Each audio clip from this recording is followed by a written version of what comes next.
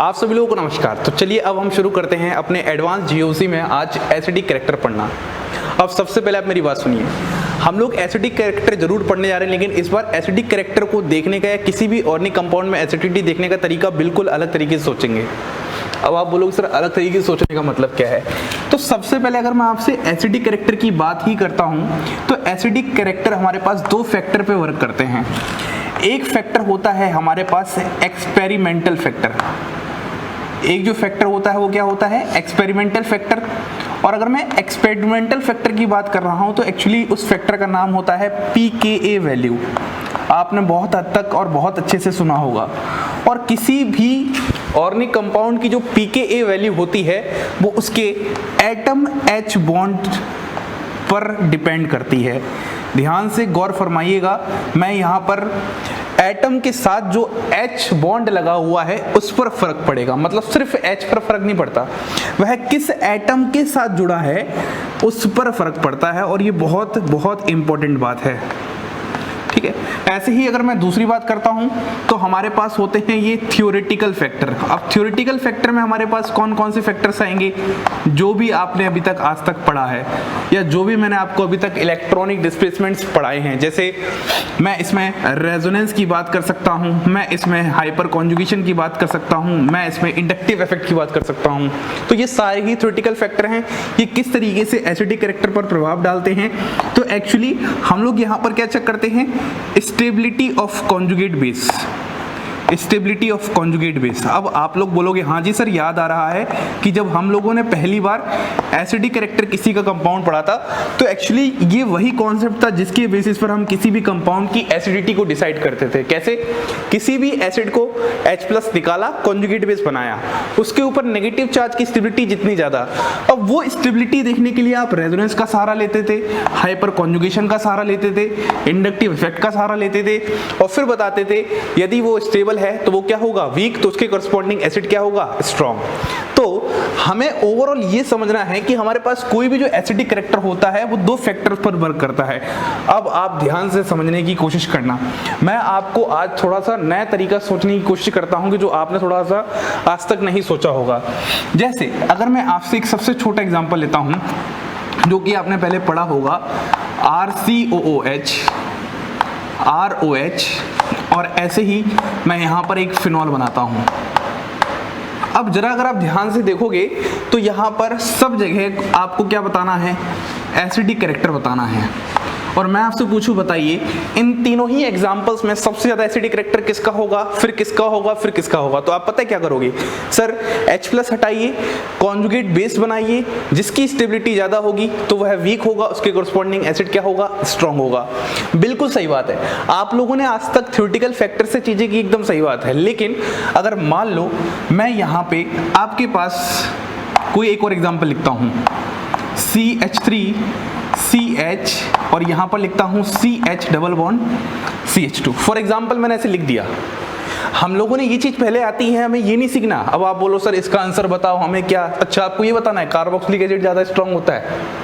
नहीं, फिनॉल ज्यादा स्ट्रांग होता है अल्कोहल से। ये सब बातें सीखनी नहीं है। हम एडवांस पढ़ रहे हैं तो एक नया नजरिया, एक नया तरीका और बहुत सारी बातें नहीं सीखनी है। मैं आपसे बात ही करना चाहता हूं, मान लो आपने इसको नंबर 1 मान लिया और आपने इसको नंबर 2 मान लिया। अब ध्यान से सुनना जो बताना चाहता हूं। मेरा सवाल ये है कि यहाँ पर जो हाइड्रोजन ऑक्सीजन से जुड़ा है और यहाँ पर जो हाइड्रोजन कार्बन से जुड़ा है, इन दोनों में ज्यादा एसिडिक कौन है ना सवाल? ध्यान से समझिएगा। यहाँ पर जो हाइड्रोजन ऑक्सीजन से जुड़ा है, यहाँ पर जो हाइड्रोजन कार्बन से जुड़ा है, इन दोनों में ज्यादा एसिडिक कौन है? तो आप क्या करोगे? सर H+ हटाओ, कॉन्जुगेट बेस बनाओ, जिस नेगेटिव चार्ज की स्टेबिलिटी ज्यादा वो ज्यादा क्या होगा? वीक, उसके कॉरस्पॉन्डिंग एसिड स्ट्रॉन्ग। और बोलोगे सर यहाँ पर ये हटाने के बाद इसका जो नेगेटिव है वो किस में जा रहा है? रेजोनेंस में जा रहा है। मतलब आपके लिए जो दुनिया है वो रेजोनेंस पर आकर ही क्या हो जाएगी? खत्म। और यहीं पर क्वेश्चन का आंसर भी हो जाएगा गलत। आपको जो आज तक टीचर ने पढ़ाया या मैंने भी पढ़ाया वो हमेशा आपको इस पॉइंट पर भी सोचने का मजबूर किया। मतलब आपको हमेशा यही बोला कि आप बस यही सोचो, यही सोचो। लेकिन आज मैं चाहता हूं आप इसके सोचने से पहले भी ये बात सोचो, क्योंकि ये हमारे पास क्या होता है? प्राइमरी फैक्टर होता है। जब प्राइमरी फैक्टर कभी वर्क नहीं करे फिर हम सोचते हैं सेकेंडरी फैक्टर की। अब बहुत ध्यान से समझना, हमारे पास आज के बाद किसी भी कंपाउंड की एसिडिटी बतानी हो तो हम बस एक बात बोलेंगे, उस कंपाउंड की एसिडिटी उसकी pKa वैल्यू बताएगी, और जो pKa वैल्यू है वो एटम H बॉन्ड पर डिपेंड करती है। बस इतनी बात आपको बोलनी है। कोई भी क्वेश्चन हो, जैसे मैंने ये पूछा तो आप बोलोगे सर यहाँ पर रेजोनेंस लग रहा है तो ये ज़्यादा एसिडिक हो जाएगा, तो आंसर गलत है भाई। ऐसे कैसे आप बता दोगे कि यहाँ पर रेजोनेंस लग रहा है तो ये ज़्यादा एसिडिक हो जाएगा और ये कम एसिडिक हो जाएगा? अरे भाई वो ऑक्सीजन से जुड़ा है और ये कार्बन से जुड़ा है, तो सर क्या हुआ यहाँ पर रेजोनेंस है? यही मैं समझाना चाहता हूँ। आपने आज तक जो भी चीज़ें सोची हैं बस इसको सोचा है, आज तक आपकी दुनिया में ये था ही नहीं। pKa आता था, जितना जल्दी आया उतना जल्दी चला गया। लेकिन अब मैं आपको चाहता हूँ इस तरीके से सोचो, जब भी कोई क्वेश्चन आए हमेशा सोचो कि उस क्वेश्चन की एसिडिटी किस पर डिपेंड कर रही है, pKa वैल्यू पर। और pKa वैल्यू किस पर डिपेंड करेगी? Atom H bond. और अगर मैं एटम H बॉन्ड की बार बार बात कर रहा हूँ तो एक्चुअली मैं बात किसकी कर रहा हूँ? Bond energy. बॉन्ड एनर्जी, और बॉन्ड एनर्जी जिसकी कम उसका टूटना उतना आसान और उसका एसिडिक कैरेक्टर उतना ज़्यादा। बात समझ में आ रही है? तो ऐसे ही मैं आपसे यहाँ पर पूछ रहा हूँ दोनों एग्जाम्पल में, एक तो हमारे पास CH बॉन्ड है, एक हमारे पास OH बॉन्ड है। अब आप क्या कर रहे हो? आप बोल रहे हो ये वाला ज़्यादा एसिडिक है और ये वाला कम एसिडिक है। अच्छा, तो सुनो, आपकी जानकारी के लिए बता दूँ, जो यहाँ पर OH बॉन्ड एनर्जी होती है ये कम होती है और CH बॉन्ड एनर्जी ज़्यादा होती है, इसीलिए OH बॉन्ड का टूटना ज़्यादा आसान है as compare to CH bond. पहला झटका लगा? तो सुनो, जब भी एसिडिक कैरेक्टर हमें बताना होता है तो उसका जो करेक्ट एवोल्यूशन है, जो करेक्ट बात है जिस पर आपको सोचना है, वो pKa वैल्यू होती है। और pKa वैल्यू किस पर डिपेंड करती है? एटम H बॉन्ड पर। और एटम H किस पर डिपेंड करती है? बॉन्ड एनर्जी पर। तो OH की बॉन्ड एनर्जी कम है तो इसका टूटना ज़्यादा आसान है, तो इसका H+ निकलना ज़्यादा आसान होगा, तो इसका एसिडिक कैरेक्टर भी ज़्यादा आसान होगा। एक बात। अब दूसरी बात कि चलो सर मान लिया ऐसी बात हो चुकी है और ऐसा हो गया, लेकिन सर ये रेजोनेंस का क्या? तो रेजोनेंस सेकेंडरी है, सबसे पहले आपको pKa वैल्यू की बात करनी है। अब थोड़ा सा और आगे बढ़ते हैं। जब आपने ये सोचा तो देखो, जब भी हमारे पास एसिडिक कैरेक्टर के क्वेश्चन आएंगे तो आप बोलोगे सर हमें कैसे पता चलेगा कि आखिरकार उसकी pKa वैल्यू क्या है? तो अब सवाल आ रहा है कि सर हमें कैसे पता चलेगा आखिरकार उसकी pKa वैल्यू क्या है? तो सुनो, आपको पता भी नहीं करना। अभी तो आप बोल रहे थे कि सर सारी बातें pKa वैल्यू पे लेके आओ, अब हम पूछ रहे हैं pKa वैल्यू कैसे पता चलेगा, तो आप बोल रहे हो पता भी नहीं करना। बिल्कुल, क्योंकि जो एसिडिक कैरेक्टर की जितने भी सवाल है, एसिडिक कैरेक्टर का जितना भी ऑर्डर है, वो हमेशा सवाल इस तरीके से बनाए जाएंगे जो थ्योरेटिकल फैक्टर पर आधार होंगे। मतलब ये जो मैंने आपसे सवाल पूछा है, एक्चुअली एग्जामिनर कभी ऐसा सवाल पूछेगा ही नहीं, ऐसा कभी ऑप्शन मिलेगा ही नहीं है, ऐसा कभी आपने पढ़ा ही नहीं, इसलिए आपने इतने सारे पेपर दिए। क्या आपने ऐसे कभी क्वेश्चन देखे? नहीं देखे। लेकिन मैं आपको यहाँ पर हर तरह की कंपैरिजन सिखाना चाहता हूँ, क्योंकि आप थोड़े से एडवांस पार्ट में आ चुके हो, एसिडिक कैरेक्टर पढ़ रहे हो। क्या पता आपकी जिंदगी में ये आखिरी टॉपिक एसिडिक कैरेक्टर का इस बार ये MSc में हो, इसके बाद पढ़ने का मौका ना मिले। तो मैं यही बताना चाहता हूँ, आप हर नज़रिए से सोचिए। तो मैं ये नज़रिया देने की कोशिश कर रहा हूँ। तो अब आपको यहाँ पर घबराने की बिल्कुल भी जरूरत नहीं है। मैंने क्या बोला अभी? मैंने ये बोला आपके जब भी एसिडिक कैरेक्टर के ऑर्डर के क्वेश्चन आएंगे वो हमेशा क्वेश्चंस कैसे होंगे? थ्योरेटिकल फैक्टर पे आधारित होंगे और थ्योरेटिकल फैक्टर से ही बन जाएंगे। मतलब हमेशा उसका कॉन्जुगेट बेस बनाओ, कॉन्जुगेट बेस की स्टेबिलिटी चेक करो, और वो क्या होगा? ज़्यादा स्टेबल तो वीक हो जाएगा, उसकी कॉरस्पॉन्डिंग एसिड क्या हो जाएगा? स्ट्रॉन्ग। इतनी बात उम्मीद करता हूँ आप सभी को समझ में आ चुकी है। अगर ये सब समझ में आ चुकी है तो इसका आंसर करने में तो कोई बड़ी बात ही नहीं है। हम क्या करेंगे सर? सबसे पहले H+ हटाओ, H+ हटाओ, H+ हटाओ, ये O नेगेटिव, ये O नेगेटिव, ये O नेगेटिव। अब अगर हम देखेंगे तो यहाँ पर इसकी स्टेबिलिटी सबसे ज्यादा, क्योंकि यहाँ पर क्या होगा? इक्विवेलेंट रेजोनेटिंग स्ट्रक्चर, थोड़ा सा पता होना चाहिए। ऑक्सीजन पर नेगेटिव है, रेजोनेंस होने के बाद भी ऑक्सीजन पर नेगेटिव। जब भी सेम चार्ज पर एटम आ जाए, मतलब सेम एटम पर चार्ज आ जाए और कौन से एटम दोनों सेम हो, तो हमेशा इक्विवेलेंट रेजोनेटिंग स्ट्रक्चर। इस केस में भी तो रेजोनेंस हो रहा है, लेकिन यह कैसा है?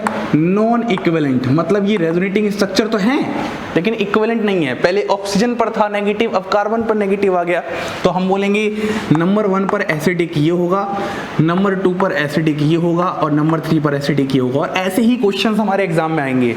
लेकिन अगर मैं इनकी बात करता हूं तो हम बोलेंगे आज के बाद कोई भी क्वेश्चन होता है उसकी pKa वैल्यू डिसाइड करती है, और pKa value atom H bond पर डिपेंड करती है, और atom H bond bond energy से लेना देना है। इतनी बात उम्मीद करता हूं आपको एकदम स्टार्टिंग के लेक्चर में समझ आ रही है। तो प्राइमरी फैक्टर हमारा क्या होता है, pKa वैल्यू। यदि हमारे पास सेम हेटेरो एटम हो फिर उस केस में हमें क्या चेक करना होता है, इलेक्ट्रॉनिक फैक्टर्स। अब मैं आपके सामने एक सवाल और देता हूं और आप मुझे बताइएगा उनमें कौन एसिडिक है और कौन एसिडिक नहीं, और फिर हम थोड़ा सा एक ऑब्जर्वेशन देखते हैं। तो अब हम बात करते हैं कि अभी तक हमने क्या सीखा। देखो अभी तक हमने सिर्फ इतना सीखा कि यदि मेरे पास एग्जाम्पल है, यहाँ पर लिखा है मैंने ROH और यहाँ पर मैं लिखा है CH3 CH2 CH double bond CH2। यदि आपके पास ऐसा सवाल आ जाए और पूछे कि बताइए इन दोनों में से ज़्यादा एसिडिक कौन है, तो हमेशा हमें वहाँ पर क्या चेक करना है, उसका प्राइमरी फैक्टर pKa वैल्यू। और जो pKa वैल्यू अगर आपको याद नहीं है तो आपको पता होना चाहिए कि यह एटम H बॉन्ड से जुड़ा होता है। अब एटम H बॉन्ड मतलब बॉन्ड एनर्जी से मैं बात कर रहा हूँ। जिसकी बॉन्ड एनर्जी कम होती है वहाँ पर उसका टूटना ज़्यादा आसान है, तो उसका एसिडिक कैरेक्टर भी ज़्यादा होगा। तो हम बोलेंगे CH और OH में हम बोल सकते हैं एक तरीके से ऐसे बोल सकते हो कि CH की बॉन्ड एनर्जी क्या होती है, ज़्यादा होती है।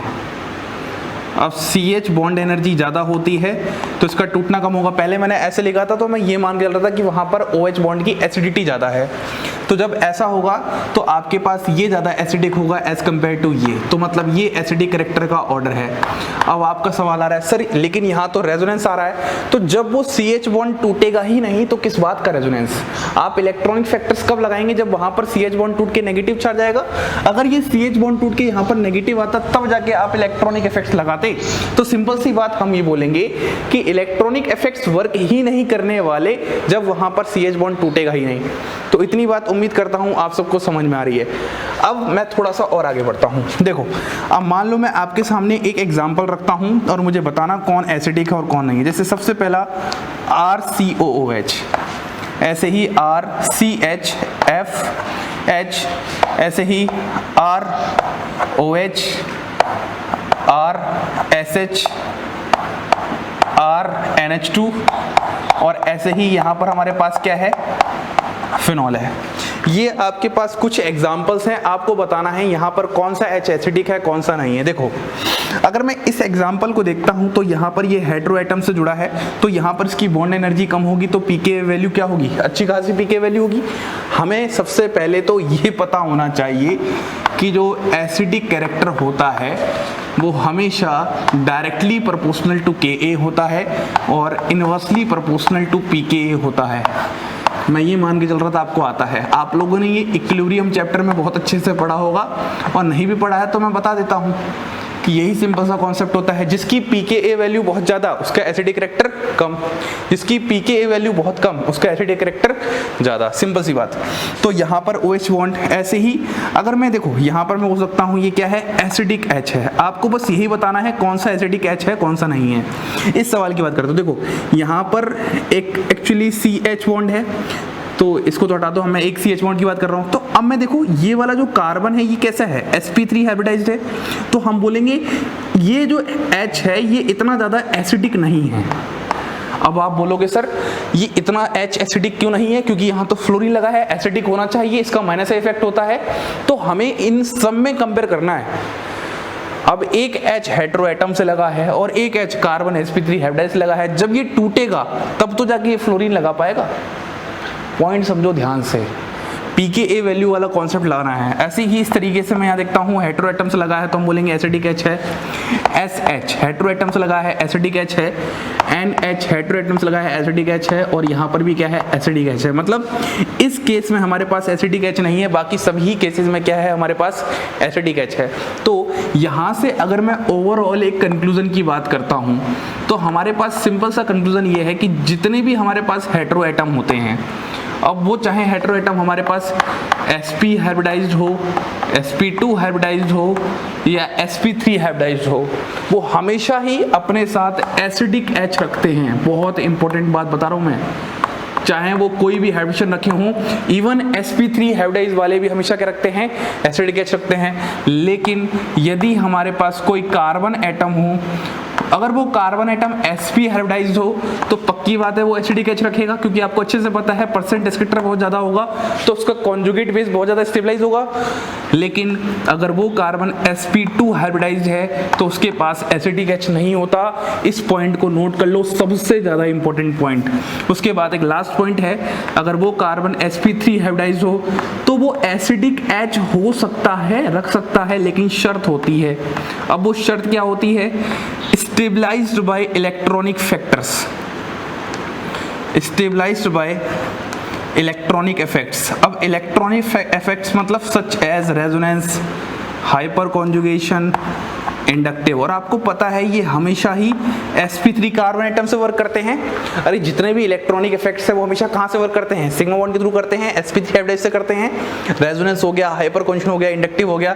तो आपको इस पॉइंट को बहुत अच्छे से समझना है। मतलब ये कार्बन sp3 तो है, लेकिन यहाँ पर कोई इलेक्ट्रॉनिक इफेक्ट एज सच बहुत अच्छा नहीं लग रहा। अरे इंडक्टिव तो मैंने लिखा है, लेकिन उसके साथ कुछ प्लस में अच्छा खासा, मतलब बढ़िया वाला इलेक्ट्रॉनिक इफेक्ट लगना चाहिए जहां पर उसकी एनर्जी कम हो सके और वो आसानी से निकल सके।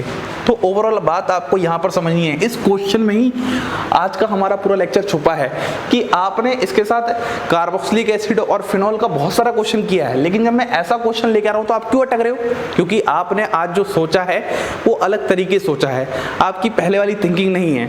अब आप सोच रहे हो पीके वैल्यू, तो अब आपको ऐसा कोई पीके वैल्यू रटने की जरूरत नहीं है। कितना रटोगे, क्या पता कुछ नया आ जाए। तो मैं यहाँ आपको कोई रटवाने वाला काम नहीं कर रहा, मैं तो आपको यहाँ पर एक थिंकिंग लेके आ रहा हूँ कि जो भी कुछ एसिडिक कैरेक्टर की डिपेंडेंस है वो सिर्फ एसिडिक एच पे है। अब देखो, इस बात को थोड़ा सा और अच्छे से समझाने के लिए मैं कुछ ऑब्जर्वेशन वाले क्वेश्चंस लेके आता हूँ जहाँ पर आपको समझाता हूँ। उससे पहले एक बात बतानी है। देखो, आपको इस टॉपिक में जो भी मैं एसिडिक कैरेक्टर पढ़ा रहा हूँ वो इस तरीके से नहीं पढ़ा रहा कि एसिडिक कैरेक्टर के क्वेश्चन आए उसके ऑर्डर टिक कर दिए, ये ज्यादा ये बड़ा, ऐसे क्वेश्चन तो यार आप बिना पढ़े, अगर मैं आपको ना भी पढ़ाऊँ तब भी आप क्या करोगे, H+ हटाओगे, कॉन्जुगेट बेस बनाओगे, बस स्टेबिलिटी चेक करोगे इलेक्ट्रॉनिक फैक्टर से। अभी भी बताया जितने भी ऑर्डर वाले क्वेश्चन आते हैं वो सिर्फ इलेक्ट्रॉनिक फैक्टर्स लगते हैं, उसमें थ्योरेटिकल इफेक्ट्स लगते हैं। लेकिन मेरा यहाँ पर टारगेट है आपको इस चीज को मैं रिएक्शन से रिलेट करूं कि यदि कोई बेस आया तो बेस उस H को हटाएगा या नहीं हटाएगा, मतलब वो H एसिडिक है या नहीं है, इस पॉइंट पे सवाल है। और यही आपको बहुत अच्छे से सोचना है, जो कोई ऑब्जर्व नहीं करवाता। मतलब यहाँ पर मैं आपको एसिडिक कैरेक्टर जरूर पढ़ा रहा हूँ, लेकिन मैं आपको ऑर्डर से ज्यादा यहाँ पर आपकी थिंकिंग स्किल डेवलप करवा रहा हूँ कि यदि जब रिएक्शन में बेस आएगा तो बेस सामने से जो H है वो एसिडिक है या नहीं, उसको हटाएगा या नहीं हटाएगा। मतलब पेरिसाइक्लिक पढ़ोगे, फोटोकेमिस्ट्री पढ़ोगे, एसिमेट्रिक सिंथेसिस पढ़ोगे, इतनी सारी जगह जब आप यूज करोगे तब आप सच में क्या एसिड का मतलब समझ पा रहे हो कि वो H एसिडिक है या नहीं है। अगर आप तब अच्छे से यूज कर पा रहे हो सारे एवोल्यूशन के साथ, चाहे वो प्राइमरी फैक्टर हो चाहे वो सेकेंडरी फैक्टर हो, उसमें ओवरऑल एवोल्यूशन चाहिए, पीके वैल्यू का भी थोड़ा बहुत आइडिया होना चाहिए, सब कुछ पता होना चाहिए, वो तो हम समय के साथ साथ सीखेंगे तो आ जाएगा। अब हम बात करते हैं एक ऑब्जर्वेशन की। ये हमारे पास कुछ सवाल हैं, मतलब कुछ यहाँ पर कंपाउंड्स हैं। इन सभी कंपाउंड्स में आपको ये बताना है कौन सा H एसिडिक है, और अगर H है वहाँ पर तो वो एसिडिक नहीं है तो क्यों नहीं है, किस तरीके से आपको चीज़ देखनी है। देखो, मैंने आपको अभी अभी बताया, आप किसी भी ये क्वेश्चंस को देख रहे हो तो आप इन क्वेश्चंस को ऑर्डर की तरह मत देखो। आप यहाँ पर ये समझो कि यदि आपके पास रिएक्शन हो और रिएक्शन मैकेनिज्म में यूज किया जाए और यहाँ पर इन सब जगह बेस लेके आया जाए और वो बेस 1 इक्विवेलेंट लेके आ जाए, तो वो बेस किस H को सबसे पहले हटाएगा। आपको इस अप्रोच को इन क्वेश्चंस में समझना है। और वही बात बता रहा हूं मैं कि सब अपने आप में अलग अलग ऑप्शन है और एक एक करके समझेंगे। अभी मैंने आपको एक बात बताई थी, वो बात क्या बताई थी, यदि कोई कार्बन है तो हमेशा जो कार्बन sp हाइब्रिडाइज्ड होता है उसके पास एसिडिक H हमेशा ही होता है, और यदि आपके पास कोई कार्बन sp2 है तो उसके पास एसिडिक H नहीं होता है। लेकिन यदि कोई कार्बन sp3 हाइब्रिडाइज्ड है और स्टेबलाइज्ड बाय इलेक्ट्रॉनिक इफेक्ट्स या इलेक्ट्रॉनिक फैक्टर्स, तो वो भी क्या होता है, एसिडिक H रखता है। अब इस ही बात को बहुत अच्छे से समझाने के लिए मैं यहाँ पर इन क्वेश्चंस का सहारा लेना चाहता हूँ।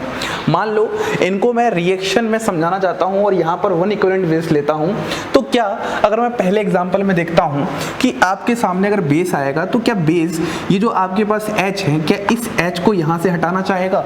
तो ध्यान से सुनिएगा, यहां से H+ हटा के यहां पर जो नेगेटिव आ रहा है वो sp2 हाइब्रिडाइज्ड कार्बन पर आ रहा है। और ये जो sp2 हाइब्रिडाइज्ड कार्बन पर नेगेटिव चार्ज है ये इतना ज्यादा स्टेबलाइज नहीं है।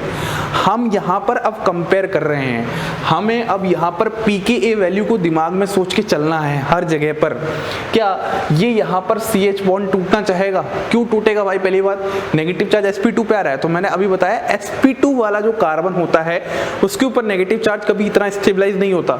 ये तो यहाँ पे चलो Me लगा है तो आपको लग रहा होगा प्लस आई इफेक्ट लगा रहा है, अगर Me की जगह NO2 भी लगा होता तो उस केस में भी यहाँ पर कार्बन sp2 वाला जो CH है वो कभी नहीं टूटता। आप इसको ऑर्डर की तरह मत समझिए। आपने अभी तक तो क्या एल्केन एल्कीन एल्काइन के H को निकाला है और बोलते हो कि एल्कीन का H ज्यादा एसिडिक होता है एज कंपेयर टू एल्केन। मैं यहाँ पर कोई एल्केन लेके नहीं आ रहा कंपेरिजन में, मैं यहाँ पर अकेले इसकी बात कर रहा हूँ। आपको यहाँ पर अब कंपेरिजन नहीं करना किसी से, आपको इसके इंडिविजुअल सोचना है कि यदि मैं बेस लेके आऊँ और बेस से इस H को निकालना चाहूँ, क्या मैं बेस अपना इस H को निकाल के बर्बाद करना चाहूँगा? तो नहीं होता, क्योंकि वो एसिडिक ही नहीं होता। इस पॉइंट को समझना है। ऐसे ही अगर मैं इस H की बात करता हूँ, मतलब यहाँ पर कोई एसिडिक H नहीं है, इस H की बात करता हूँ, क्या यहाँ हो सकता है? तो बोलोगे हाँ सर यहाँ पर ये NO2 है, -I लगा रहा है। तो -I इफेक्ट्स इतने ज़्यादा नहीं होते, पोलराइजिंग इफेक्ट्स ही होते हैं। रेजोनेंस और हाइपर कॉन्जुगेशन अगर करता तो हम समझ सकते थे, रेजोनेंस तो बहुत पावरफुल होता है तो उस केस में हम समझ सकते हैं, लेकिन यहाँ पर नहीं होता। और कभी भी जो इलेक्ट्रॉनिक इफेक्ट्स होते हैं वो हमेशा sp3 कार्बन से ही वर्क करते हैं, ज़्यादातर हमेशा sp3 से ही वर्क करते हैं।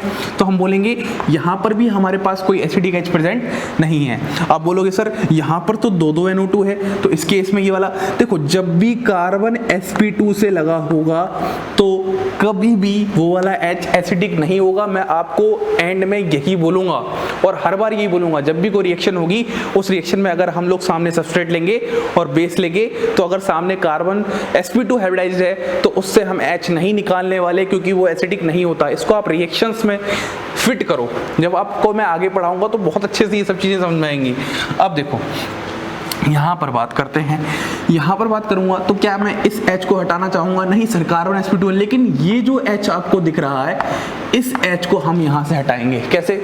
ये भले ही कार्बन sp3 तो है, ये भले ही कार्बन sp3 तो है, लेकिन ये नेगेटिव चार्ज यहाँ पर क्या जा रहा है? कॉन्जुगेशन में, इस तरीके से डबल बॉन्ड यहाँ और ये यहाँ। मतलब बहुत ही बढ़िया, बहुत ही अच्छा इलेक्ट्रॉनिक फैक्टर जो है वो ड्राइविंग फोर्स का काम कर रहा है। किसके लिए? कार्बन sp3 के लिए। देखो कितनी मजे वाली बात कि कार्बन sp2 वाले H नहीं निकल रहा, लेकिन बेस जब आ रहा है तो इस कार्बन sp3 वाले H को निकाल के इसको क्या कर रहा है? स्टेबलाइज कर रहा है थ्रू इलेक्ट्रॉनिक फैक्टर्स। तो जब जब ऐसा होगा कि जब carbon sp3 stabilised by electronic factors, तब तब वहां पर हम लोग उसके एसिडिक H को निकाल पाएंगे। ऐसे ही यहाँ देखो, देखो ध्यान समझना, मैं अगर इस वाले केस में बात करता हूँ, आपके पास ये वाला H है, समझ में आ रहा है, ऐसे ही ये वाला H है, तो मुझे बताओ कौन ज़्यादा एसिडिक है? ये वाला एसिडिक नहीं है, ये वाला, ये जो कार्बन sp3 पे लगा है ये वाला ज़्यादा एसिडिक है, क्योंकि ये नेगेटिव क्या करेगा? इसके साथ रेजोनेंस में जाएगा। सिंपल सी बात है। और ये वाले H और ज़्यादा एसिडिक होंगे, क्योंकि यहाँ तो Me भी नहीं आ रहा, ये वाले तो H और ज़्यादा एसिडिक हो जाएंगे क्योंकि यहाँ से निकलेगा। तो मतलब ओवरऑल यही बताऊंगा, इसमें भी कार्बन sp3 तो है, H एसिडिक है, कार्बन sp2 H एसिडिक नहीं है। इस सवाल को देखो, इस सवाल को देखोगे तो ये देखो, फिर कार्बन sp2 है यहाँ पर, और यहाँ पर क्या है? कार्बन sp3 है। फिर वही बात बोलूँगा कि कार्बन sp3 वाला H बहुत आसानी से निकलेगा और यहाँ पर नेगेटिव आएगा इस तरीके से और कॉन्जुगेशन करेगा, और बहुत ही बढ़िया कॉन्जुगेशन स्टेबलाइज्ड होगा और एक्सटेंडेड कॉन्जुगेशन एक तरीके से, ये देखो। और यहाँ पर हम बोलेंगे ये वाला H ज़्यादा एसिडिक है और ये वाला एसिडिक है ही नहीं। कार्बन sp2 H को हम लोग कभी एसिडिक मानते ही नहीं हैं। ऐसे ही इसमें देखो, अब देखो यहाँ पर ना ही कोई NO2 ग्रुप लगा है, ना ही कोई यहाँ पर कार्बन, ये वाला H अपने आप में बहुत ज़्यादा एसिडिक है, क्योंकि ये कैसा है? कार्बन sp से लगा है। जब भी कोई H कार्बन sp से लगा होता है बहुत एसिडिक माना जाता है, तो यहाँ से बेस इस H को भगा ले जाएगा। ऐसे ही इस वाले केस में आप सोच सकते हैं।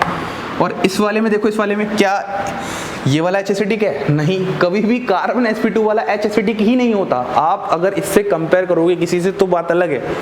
मैं आपको यहाँ पर हर एक इंडिविजुअल एग्जांपल सोचने पे मजबूर कर रहा हूँ और एंड में मैं आपको ये वाली पूरी की पूरी कंक्लूजन समझा रहा हूँ कि जहाँ पर इस चीज़ को आपको अच्छे से याद करना है कि कार्बन sp हाइब्रिडाइज पे जो H लगा होगा वो बहुत एसिडिक होता है।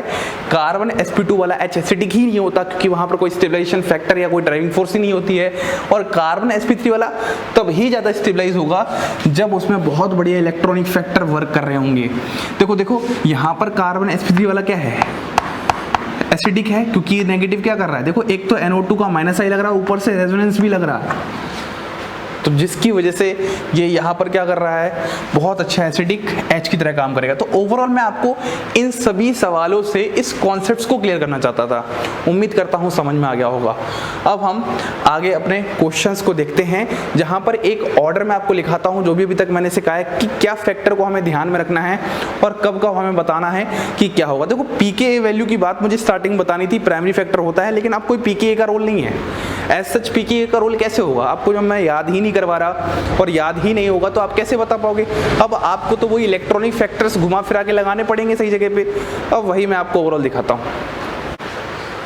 तो अब हम बात करते हैं अपने एकदम कंक्लूजन वाले पॉइंट पे कि अभी तक हमने सीखा क्या। देखो, जब भी आपको नॉर्मल एसिडिटी का ऑर्डर बताना है तो वो नॉर्मल एसिडिटी ऑर्डर के लिए आपको सबसे पहले क्या सोचना है? Hetero atom with high electronegativity. जिस हेटेरो एटम की हाई इलेक्ट्रोनेगेटिविटी होती है सबसे पहले वो सोचना है। तो मतलब ये अकॉर्डिंग टू क्या होगा? Bond energy. आपको पता है यहाँ पर बॉन्ड एनर्जी कम होगी और इस वाले केस में क्या होगी? बॉन्ड एनर्जी ज़्यादा होगी। तो यहाँ पर टूटना आसान, तो यहाँ पर H+ देना आसान, तो एसिडिटी ज़्यादा। और ये वाली जो हम बात कर रहे हैं ये किस बेसिस पर है?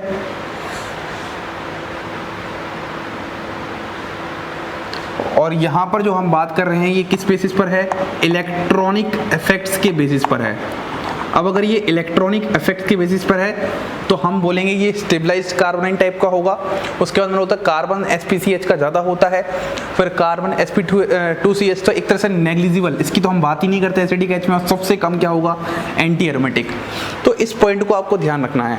चलो ये बात हो गई, लेकिन मान लो नोट में मैं आपसे एक बात करता हूँ कि आपके पास कोई कार्बन sp3H है और यहाँ पर कोई आपके पास हेटेरो एटम है। फॉर एग्जांपल मैं लिख देता हूँ, यहाँ पर कोई आपके पास हेटेरो एटम है और उससे H लगा है। इन दोनों H की बात करता हूँ।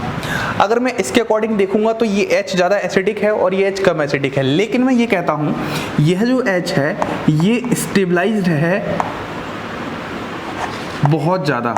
ध्यान समझना, ये स्टेबलाइज है बहुत ज़्यादा, मतलब एरोमेटिसिटी से, रेजोनेंस से, इंडक्टिव इफेक्ट से, मतलब जितने फैक्टर्स हम लगा सकते थे इलेक्ट्रॉनिक इफेक्ट से उतने सारे फैक्टर लगा दिए। और जब ये हेटेरो एटम H पे प्रेजेंट है तो ये इतना ज़्यादा स्टेबलाइज नहीं है, नॉट स्टेबलाइज्ड। तो अब मुझे बताइएगा इस केस में क्या होने वाला है। देखो, एक नॉर्मल केस की बात करता हूं तो हेटेरो एटम पे H मौजूद है तो उसकी बॉन्ड एनर्जी कम है, तो pKa वैल्यू क्या रहेगी उसकी? ओवरऑल वहां पर कम, तो वहां पर एसिडिटी ज़्यादा।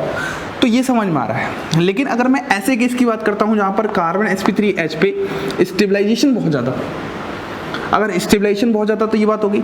उसके बाद हेटेरो एटम H पे स्टेबलाइजेशन इतना ज़्यादा नहीं है, तो अब इस केस में ये वाला फैक्टर जो है वो डोमिनेट कर जाएगा over this factor. This is the special case, याद रखना।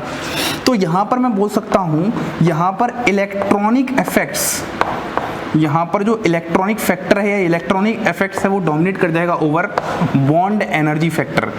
वैसे तो हम लोग सबसे पहले क्या चेक करते हैं? बॉन्ड एनर्जी फैक्टर चेक करते हैं, लेकिन ये एक स्पेशल केस है जहाँ पर आपको इस बात पर ध्यान रखना है। अब मैं ऐसे ही नहीं बता रहा, आपके बगल में क्वेश्चन है जो कि गेट के प्रीवियस का क्वेश्चन है और आपको ध्यान से देखना है कैसे क्या ऑर्डर आया है। देखो, अगर मैं इस क्वेश्चन को ध्यान से देखता हूँ तो मेरा यहाँ पर सबसे पहले ये देखना है atom H bond, atom H bond और एटम H बॉन्ड। आपके हमेशा क्वेश्चन करने का तरीका यही होना चाहिए, सबसे पहले एटम H बॉन्ड देखना है। अगर देखोगे तो यहाँ पर क्या है? हेटेरो एटम और H बॉन्ड है, यहाँ पर कार्बन H है और यहाँ पर कार्बन H है। तो आप ये पक्का बोलते कि सर X की एसिडिटी सबसे ज़्यादा होगी एज कम्पेयर टू Y और Z। अभी मैं YZ की बात नहीं कर रहा। अगर आप इस बात को ध्यान रखोगे, लेकिन मैंने एक बात और बोली है, यदि कार्बन sp3 पे H स्टेबलाइज्ड बहुत ज़्यादा है तो देखिए जरा, ये जो कार्बन sp3H है ये इतने ज़्यादा माइनस इफेक्ट से भी स्टेबलाइज है, ऊपर से यहाँ पर क्या है, एरोमेटिसिटी भी है, प्लस माइनस आई, मतलब बहुत अच्छा इलेक्ट्रॉनिक फैक्टर वर्क कर रहा है। तो हम बोलेंगे ऑर्डर ये नहीं हो सकता, एक बात पक्की है, सबसे ज़्यादा एसिडिक होगा वाई। इस पॉइंट को ही समझाना था इस पॉइंट के थ्रू, जहां पर electronic effects dominating over bond energy factor. उसके बाद बात करते हैं इन दोनों में। अब इन दोनों में तो बात बहुत आसान है, ये तो एकदम जस्ट वो एग्जांपल था ROH और वो वाला, कि आप बोलोगे सर यहाँ से H+ हटाएंगे तो एरोमेटिक आएगा। अरे CH बॉन्ड टूटेगा तब तो एरोमेटिक बनेगा वो। यहाँ तो NH बॉन्ड टूटने को तैयार है, इसकी बॉन्ड एनर्जी क्या है, कम। अगर बॉन्ड एनर्जी कम तो ये तो टूटने को तैयार है। तो हम बोलेंगे बाई के बाद आ जाएगा X और X के बाद आ जाएगा Z। अब आपका सवाल, सर अगर बॉन्ड एनर्जी इसकी इतनी ही कम थी तो इससे पहले टूट जाता। तो भाई मैंने क्या लिखा है अभी, ये ओवरऑल बात तो मुझे अपनी रखनी है ना, तो मुझे अपनी बात रखने के लिए आपको समझाना भी अपने तरीके से पड़ेगा। तो मैं आपको समझाना चाहता हूँ ओवरऑल यहाँ पर क्यूमुलेटिव इफेक्ट लगा इलेक्ट्रॉनिक फैक्टर्स का। जब भी क्यूमुलेटिव इफेक्ट लगता है इलेक्ट्रॉनिक फैक्टर्स तो हमेशा मच डोमिनेटिंग होते हैं ओवर बॉन्ड एनर्जी फैक्टर। तो हमेशा आपको इस सवाल को ऐसे ही सोचना है, और ऐसे सोचोगे तो यहाँ पर एक एनिलेशन इफेक्ट भी लगता है। पढ़ेंगे जब एरोमेटिसिटी में आपको पढ़ाऊंगा उसके बाद पढ़ाऊंगा एनिलेशन इफेक्ट के बारे में, इतना दिमाग मत लेकर आओ। बस आप ये सोचो कि यहाँ CH बॉन्ड ही नहीं टूटेगा तो एरोमेटिसिटी कहाँ से आएगी, और यहाँ जबकि NH बॉन्ड, हमेशा हेटेरो एटम की बॉन्ड एनर्जी कम होती है CH बॉन्ड से, इतना याद रखो। हेटेरो एटम और H बॉन्ड, हेटेरो एटम की बॉन्ड एनर्जी से मतलब क्या है, हेटेरो एटम और H बॉन्ड की बॉन्ड एनर्जी कम होती है। बहुत ही बेहतरीन क्वेश्चन था ये, इसका आंसर हो जाएगा, लेकिन आपकी सोच कुछ ऐसी हो जाती अगर आप इस पॉइंट को याद रखते। कुछ और क्वेश्चन देखते हैं। अब हम बात करते हैं इस सवाल की। देखो, जब भी आपके सामने एसिडिटी का क्वेश्चन आए तो सबसे पहले आपको चेक करना होता है बॉन्ड एनर्जी फैक्टर। सबसे पहले आपको बॉन्ड एनर्जी फैक्टर ही लगाना होता है, उसके बाद फिर आपको प्रोसीड करना है। हेटेरो एटम के साथ जब भी H लगा होता है वो ज़्यादा ही एसिडिक होता है। देखो यहाँ पे CH है, यहाँ पर भी CH है, यहाँ पर हेटेरो एटम H है और यहाँ पर हेटेरो एटम H है। तो हमें साफ साफ समझ में आ रहा है कि जो C और D है उसकी हमारे पास एसिडिटी ज़्यादा होगी किससे, A और B से। हेटेरो एटम से हमेशा जब कंपीट करता है तो कौन करता है, जब इलेक्ट्रॉनिक इफेक्ट्स बहुत क्यूमुलेटिव वर्क करते हैं तभी डोमिनेट करता है। इस केस में ऐसा कुछ नहीं है, इतनी बात समझ में आ रही है। अब सवाल यह है कि सर C और D में क्या होगा। देखो C और D में अगर दोनों ही की बात करता हूँ तो दोनों ही में हमारे पास क्या है, ये पायरोलियम आयन है, पायरोलियम, और ये क्या है, पिरिडीनियम। तो अगर मैं दोनों के यहाँ पर कॉन्जुगेट बेस बनाता हूँ, दोनों से सबसे पहले मैं H+ निकालता हूँ क्योंकि दोनों ही हेटेरो एटम पे है। जब दोनों से मैं H+ निकालूंगा तो यहाँ पर ये कुछ ऐसा बन जाएगा और यहाँ पर ये कुछ ऐसा बन जाएगा। अब देखो दोनों में समझो, इन दोनों को अगर मैं ध्यान से देखूंगा तो दोनों ही क्या बन रहे हैं, सबसे पहला पॉइंट न्यूट्रल। दोनों ही क्या बन रहे हैं, न्यूट्रल। ये भी न्यूट्रल बन रहा है, ये भी न्यूट्रल बन रहा है। लेकिन अगर मैं इससे बनने की पहले तस्वीर देखूं, क्या ये एरोमेटिक है, नहीं है। जब H+ निकाला कि ये एरोमेटिक बना, बिल्कुल। क्या ये बनने से पहले एरोमेटिक था, बिल्कुल। बनने के बाद भी एरोमेटिक है। मतलब इस वाले पॉइंट में न्यूट्रल के साथ जो एक प्लस पॉइंट आया वो क्या है, एरोमेटिसिटी आया है। इस वाले केस में तो पहले से ही एरोमेटिसिटी है, तो हम बोलेंगे इस वाले केस में स्टेबिलिटी ज़्यादा आई है, तो हम यहाँ से ऑर्डर जो अपना है वो सही कर देंगे। कैसे सही कर देंगे कि इन दोनों में पायरोलियम वाला बहुत ज़्यादा एसिडिक होता है पिरिडीनियम से, तो हम बोलेंगे D ज़्यादा एसिडिक है C से। अब बात करते हैं A और B। तो हमें पता है A और B में यहाँ से हटेगा तो ये नेगेटिव, तो यहाँ पर क्या आएगा, एरोमेटिसिटी आएगी। और आप बोलोगे सर यहाँ पर भी क्या आएगी, एरोमेटिसिटी आएगी। तो अब ज़्यादा एरोमेटिसिटी का आएगी तो आप एक पॉइंट समझो या लिख लो, एरोमेटिसिटी हमेशा इलेक्ट्रॉन क्लाउड पे डिपेंड करती है, डीलोकलाइजेशन पर डिपेंड नहीं करती। आप सोच रहे हो यहाँ पर नेगेटिव, पूरा डीलोकलाइजेशन बहुत अच्छा करेगा। अरे इस बेंजीन के डबल बॉन्ड पे फर्क पहुंचाएगा ना, तो यहाँ पर एनिलेशन इफेक्ट लगेगा और एनिलेशन इफेक्ट से एरोमेटिसिटी कम हो जाती है। जो बगल में एडजेसेंट यहाँ पर रिंग लगी है 6 मेंबर्ड, मतलब खुद तो भाई स्टेबिलिटी प्राप्त करेगा लेकिन दूसरों को बगल को परेशान करके ना, कॉस्ट पे ना किसी। लेकिन यहाँ पर तो ऐसा कुछ नहीं है, कोई कॉस्ट नहीं है, तो हम बोलेंगे यहाँ पर स्टेबिलिटी ज़्यादा आई है, तो ये ज़्यादा स्टेबल था, तो ये हो जाएगा DCAB। बहुत अच्छा क्वेश्चन था और यहाँ पर एनिलेशन इफेक्ट लगा है। अब बार बार एनिलेशन आ रहा है तो आप पॉइंट समझो यार, जब भी कुछ ऐसे फ्यूज होंगे तो हमेशा ये जो डबल बॉन्ड है, जो एडजेसेंट रिंग के, वो भी पार्टिसिपेट करेंगे, जिसकी वजह से यहाँ पर से दिक्कत आएगी स्टार्ट। इसको हम डिटेल में एरोमेटिसिटी में बात करेंगे। तो ये हमारे पास बहुत ही बेहतरीन सा क्वेश्चन था। सबसे पहले आ जाएगा डी, फिर आ जाएगा सी। डी का रीजन क्या है, इसमें एक प्लस फैक्टर बढ़ रहा है एरोमेटिसिटी, इन दोनों में क्या जाएगा, ये ज़्यादा एसिडिक आ जाएगा, तो ये हमारे पास आंसर बन जाएगा। अब हम बात करते हैं इस सवाल की। देखो IISc बेंगलोर में पूछा हुआ सवाल है, बहुत बेहतरीन सवाल है। तो मैंने क्या बोला था, जब भी आपको एसिडिटी के क्वेश्चन करने हैं तो सबसे पहले क्या चेक करो, कहाँ पे बॉन्ड है, एटम एच बॉन्ड कहाँ है। तो अगर आप तीनों में ही देखोगे तो एटम एच बॉन्ड तीनों में ही कहाँ पर है, हेटेरो एटम पर है। तो अब इस केस में क्या करेंगे, देखो आप सबसे पहले क्या करो, इस केस में सबके कॉन्जुगेट बेस बनाओ, तो उससे आपको आइडिया ज़्यादा अच्छा मिलेगा। जब आप सबके कॉन्जुगेट बेस बनाओगे तो फिर आप देखो कि स्टेबलाइजेशन सबसे ज़्यादा कहाँ है। देखो अगर मैं यहाँ पर बनाता हूँ कॉन्जुगेट बेस, तो यहाँ बन जाएगा C डबल बॉन्ड O, यहाँ पर ऐसे, यहाँ नेगेटिव और यहाँ C डबल बॉन्ड O। इस वाले केस में कैसे बन जाएगा, C डबल बॉन्ड O, यहाँ नेगेटिव और यहाँ नेगेटिव, और लास्ट वाले केस में C double bond O negative negative. अब ध्यान से समझना जो मैं समझाना चाहता हूँ। देखो ये नेगेटिव चार्ज जितना इसके साथ रेजोनेंस में जाएगा उतना ज़्यादा स्टेबलाइजेशन होगा, लेकिन अगर आप जरा ध्यान से देखो, एक डबल बॉन्ड यहाँ है और एक डबल बॉन्ड यहाँ है, इस केस में कोई डबल बॉन्ड नहीं है, मतलब इन दोनों में ही क्या वर्क कर रहा है, क्रॉस कॉन्जुगेशन। बहुत इंपॉर्टेंट बात बता रहा हूँ, और मैंने क्रॉस कॉन्जुगेशन अपने बेसिक वाले लेक्चरों में बताया है, क्रॉस कॉन्जुगेशन। लेकिन इस केस में कोई क्रॉस कॉन्जुगेशन वर्क नहीं कर रहा, जिसकी वजह से ये नेगेटिव चार्ज पूरा का पूरा इस C डबल बॉन्ड O के साथ जाएगा और स्टेबलाइज हो जाएगा। मतलब सबसे पहले नंबर पे हमारा जाएगा नंबर बी।